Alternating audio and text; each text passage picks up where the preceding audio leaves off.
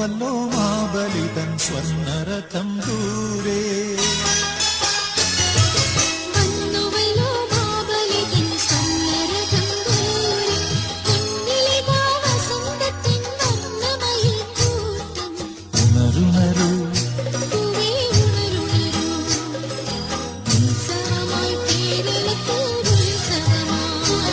ഒരു തുമ്പി വന്നു ചൊല്ലി ഒരു തുമ്പപ്പൂവിൻ കാതിൽ, ഒരു തുമ്പി